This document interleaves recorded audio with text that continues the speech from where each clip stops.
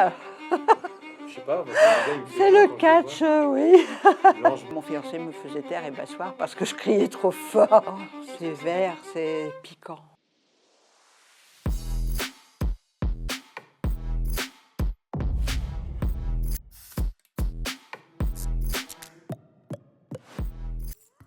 Bonjour à toutes et à tous, je suis Mehdi, vous êtes dans Old Ones, l'émission qui retrace le parcours de vie de nos invités. J'accueille tout de suite Arlette. Salut Arlette. Bonjour. Ça va? Ça va, bien. On est vraiment là pour discuter ensemble d'anecdotes de vie. Je vais essayer de te lancer un peu dessus et puis ça va être rythmé d'aliments qu'on va déguster ensemble. Des aliments que tu connais, qu'on voit si on n'aime pas, on va en discuter en tout cas. Est-ce que tu crois que parfois on rencontre dans la vie des gens qui peuvent changer complètement le cours de notre vie et pour qui on n'a Dieu que pour eux?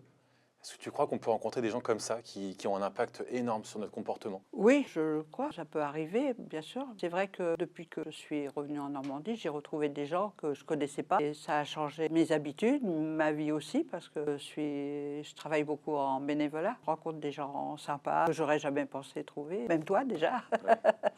Et les gens violents, ils peuvent changer le cours de ta vie? Je vais pas vers eux, hein, à moins que je sache pas qu'ils soient violents. Mais non, je vais pas vers eux. C'est bizarre parce qu'il me semble que pourtant tu aimes parfois la violence. Ah, Je sais pas, c'est le catch, oui. L'ange blanc. Oui, mais j'étais très jeune. Il me fait un peu peur, il est masqué, c'est un gros catcheur bien musclé et pourtant il a changé ton comportement à ce qui paraît. Oui, on me faisait taire d'ailleurs quand j'allais au catch. Je me levais, je voulais pas qu'il perde. Mon fiancé me faisait taire et m'asseoir parce que je criais trop fort. Et donc c'est ton beau-père qui t'a fait découvrir Oui, le mari de ma mère. le catch? Ah d'accord, ok. On habitait Louviers, on allait à Évreux. Et la première fois, pas trop, puis après, parce qu'il y a eu l'Ange Blanc, mais il y a eu aussi Charpentier. Oh, ils ont des noms, le boucher d'Édimbourg. On a trouvé pas mal de coupures de journaux de l'époque à son sujet. Et c'est vrai que c'était un catcheur célèbre français à l'époque. C'est vrai que le catch, on a tendance à croire que c'est hyper récent, années 80-90, avec tout le catch américain qu'on peut voir. Et on voit à l'époque, c'était très rudimentaire. Les mecs, ils étaient en collant, en caleçon et un masque. Et c'était parti la castagne, quoi. Ouais, c'était à Évreux, à la salle qui est auprès du Bélébar. Elle existe toujours, la salle. Tu savais que c'était truqué un peu quand même ces combats et que c'est un Bah, peu, moi, au c'est du début, j'y spectacle. croyais. Ouais. J'y croyais après, en vieillissant. Mais c'est vrai que j'aimais beaucoup le catch et malheureusement, ils n'en font plus à la télé. Je suis jamais tombée sur un match de catch. Bah, après, c'est vrai que c'est encore populaire aux États-Unis, beaucoup moins en France. Surtout que maintenant, ils le cachent beaucoup moins, que c'est du spectacle.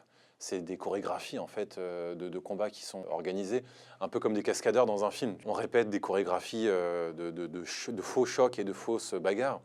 Et là, c'était à peu près la même chose. Mais c'est vrai qu'à l'époque, c'était tout un spectacle, quoi. C'était dans les années 60.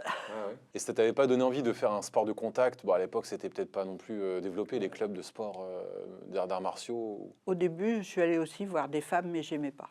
C'était méchant. Ah, il y avait des femmes Ouais, catcheuses. j'en ai vu un ou deux matchs, elles étaient méchantes. Elles s'arrachaient les cheveux, tout ça. Ah, faisait semblant. Oui, mais pour moi, c'était... non, je préférais les hommes. Ah, j'aurais aimé être là pour voir ça, quoi. Te lever de ta chaise pour aller en découdre avec l'adversaire, ça aurait été cool, ça. Et j'étais debout, puis je... Ah, puis c'est vrai que c'est marrant parce que souvent ils en jouent, tu sais, celui qui se fait un peu maltraiter, il a tendance à se rouler un peu par terre en mode au secours, au secours. Et l'autre, justement, il y va. Et on sent beaucoup d'injustice quand on voit ces combats-là. On se dit, ah, le mec, il est KO et l'autre, il vient encore à la charge. Donc, Oui, justement, oui, parce qu'il était couché et que l'autre, il continuait à battre. il fallait te retenir. Bah, j'aurais pas imaginé ça, tu vois. Il fallait te retenir pour pas aller défendre l'ange blanc. Tu vois, il y a des choses cachées. Et tu le voyais souvent, lui, du coup, il combattait souvent Ah à bah, à Évreux, chaque ou- fois qu'il combattait, j'y allais. Hein. Ouais. Ah oui, oui, oui, ça a duré quand même un bon bout de temps. J'ai arrêté, c'est quand j'ai eu mon premier fils. Bah, je propose maintenant qu'on passe au premier aliment. Si ça te va, on va déguster un petit truc. C'est pas méchant, c'est un aliment cool, je dirais. C'est parti pour le premier aliment.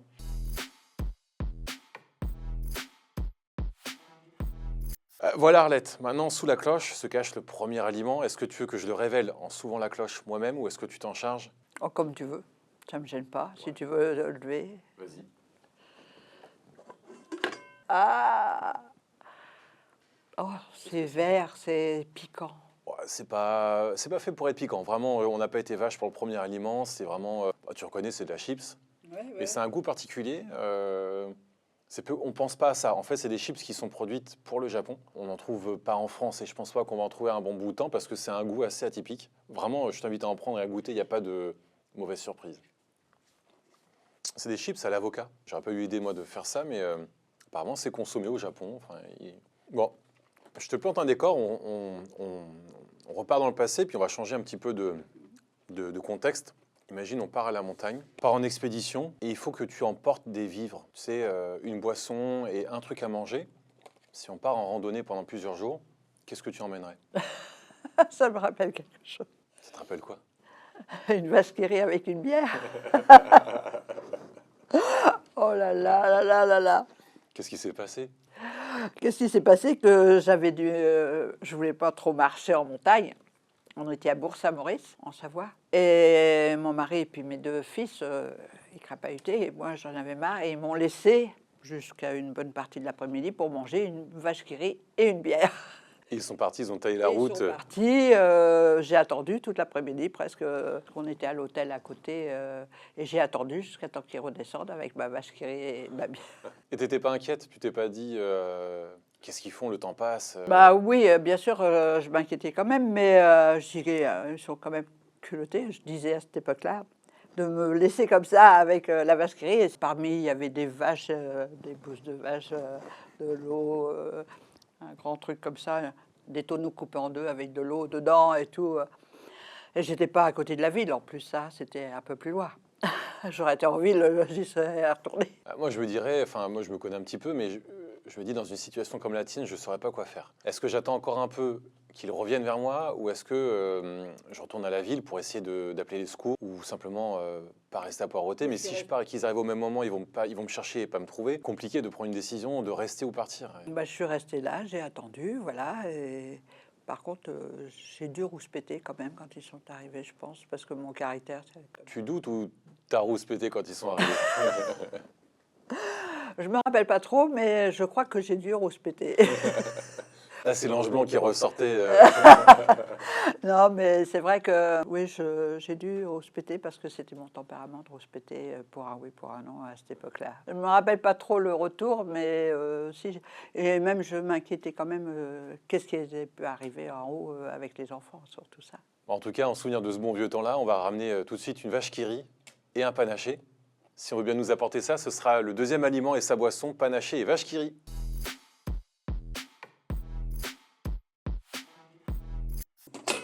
Ouh. Alors celui-ci, c'est du panaché saveur grenadine. C'était de la grenadine à l'époque ou... Sans grenadine. Ouais. Alors là, tu peux fermer les yeux, imaginer des arbres autour de toi, des vaches, des cloches. Ah, la vache qui rit, il y a longtemps que j'en ai pas mangé en plus. Bah, c'était à la montagne la dernière fois. Presque. À la tienne. À la montagne À la montagne. et à la solitude. Il y a une troisième chose aussi qui a marqué ta vie, quelque chose de peu banal, et je pense que ça ne se reproduira jamais. Cette anecdote que je vais aborder maintenant, ça concerne le moment où tu es redevenue maman. Je demande à ce qu'on m'apporte tout de suite la vidéo pour qu'on puisse te montrer ce qu'on a préparé pour cette anecdote. C'est la première fois, celui-là. C'est sur la Lune. C'était le 21 juillet 69. Mon fils aîné qui est né. Il est né à 0h40 et les Américains sont arrivés vers 2-3 heures du matin. C'est à 2-3 heures près, ils naissaient en même temps. C'est mon fils aîné, ça. Il va avoir 56 ans. Ouais, c'est sûr que ça n'arrivera pas deux fois d'avoir... Ah non. L'homme a mis pour la première fois le pied sur la Lune ce jour-là, il n'y aura pas de deuxième fois. La première fois, il n'y en a qu'une seule. Et du coup, la question que je me posais, c'est est-ce que cet événement mondial, est-ce qu'il a piqué la vedette à ton accouchement et à la naissance de Gilles? Est-ce que dans la famille, les gens étaient joignables? Est-ce qu'ils sont venus te voir? Est-ce qu'ils ont retenu cette semaine-là, cette journée-là? Est-ce que c'est plus Neil Armstrong sur la Lune ou est-ce que c'est Gilles aîné? Il est né, mais il est né handicapé. D'accord. Il était aveugle. Mais je l'ai su 6 mois après, enfin 3-4 mois après. Mais il est parti, il avait 2 jours à l'hôpital d'Évreux, il est parti parce qu'il a fait l'hémorragie ménagère. Pour moi, c'était pas tellement les hommes qui sont arrivés sur la Lune, c'était le souci de mon fils. Ça. Mais non, les gens m'ont pas trop parlé de la Lune. Mon mari a vu pendant l'accouchement, il n'a pas pu assister puisque j'étais endormie. Mais puis il n'aurait pas pu. déjà. Il a regardé avec son frère et sa belle-sœur, et nous, on n'avait pas encore la télé. En 69, on n'avait pas la télé. Il l'a regardé, et le lendemain, quand il a vu que le petit n'était pas bien, on n'a pas parlé beaucoup de l'homme. On a regardé après, l'année d'après, quand ça s'est passé à la télé, tout ça. Mais sur le jour, non. C'était plutôt, pour nous, enfin pour moi personnellement, c'était pas un bon souvenir, voilà. Oui, bien sûr, oui. Un souvenir de la naissance de mon fils, oui, mais après la suite, ça n'a pas été formidable, on va dire. Ouais. Voilà.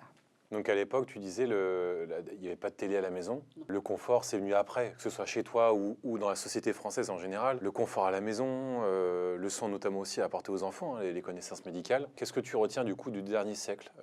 Qu'est-ce qui a été pour toi la plus grande avancée pour la société? Est-ce qu'il y a une chose que tu retiens en particulier? C'est vrai que le modernisme, c'est bien, mais ça a été trop vite fait, trop vite. Pour moi, hein. Après, voilà, parce que après tout le monde voulait la télé là, en couleur, après le téléphone. Enfin, on n'avait pas de téléphone non plus chez nous.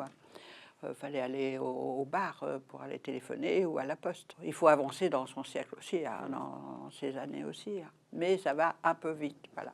Tu connais l'intelligence artificielle? Je connais pas, mais je suis pas trop pour. Mais après, je suis sceptique et puis je suis pas là-dessus. Alors l'intelligence artificielle, c'est aller à la recherche d'informations pour répondre à un besoin, une demande d'un utilisateur comme toi et moi.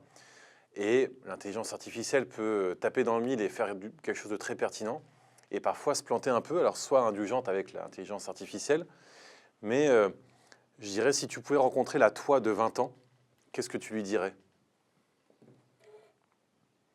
Ça, c'est toi, selon l'intelligence artificielle.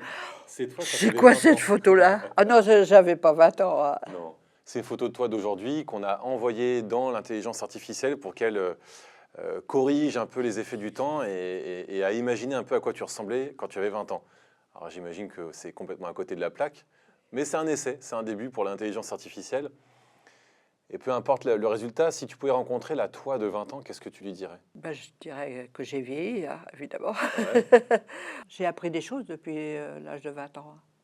J'ai appris beaucoup de choses, mais je sais pas. Je suis... Tu es dubitatif sur la question, tu sais pas Oui, pourquoi. ouais. Bah, je t'invite à goûter le troisième et dernier aliment pour nous, pour cette émission. Est-ce que tu veux t'adresser à la caméra et dire troisième aliment, s'il vous plaît? Troisième aliment, s'il vous plaît.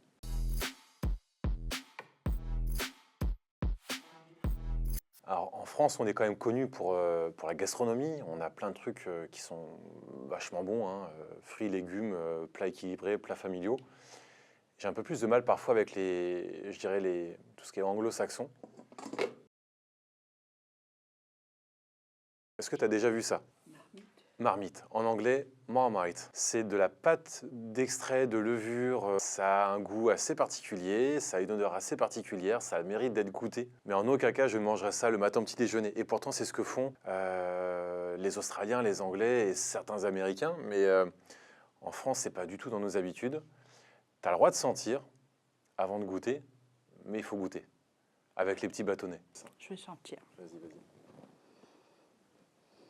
Ah, je ne sais pas ce que c'est, mais... Tu as passé quelques heures en montagne toute seule avec un panaché et une vache qui rit. Tu vas bien arriver à trouver le courage de goûter ça. Ça me dit quelque chose, mais je... Alors, c'est très riche en vitamine B, vitamine B12, et elle est appréciée pour ses bienfaits énergétiques, bien qu'elle ait un goût très prononcé et clivant, qu'a priori, on aime, on adore ou on déteste. En tout cas, l'émission touche à sa fin. Merci beaucoup, Arlette. C'était hyper agréable de discuter avec toi aujourd'hui pour cette émission Old Ones. J'espère que tu as passé un bon moment avec nous. Très bien. Ouais. Oui. Merci à toutes et à tous. Si vous voulez soutenir notre association et nos initiatives, deux moyens. Le premier, c'est d'envoyer vos dons par chèque à l'association Partage, 27 340 Criquebeuf-sur-Seine, ou bien en ligne en cliquant sur le lien en description de cette vidéo. Un grand merci à toutes et à tous et à bientôt. Je me suis retenue, mais j'étais prête à dire, mais madame, vous avez les cheveux blancs, vous êtes plus âgée que moi. La vache qui rit, il y a longtemps que j'en ai pas mangé en plus. C'était à la montagne la dernière fois.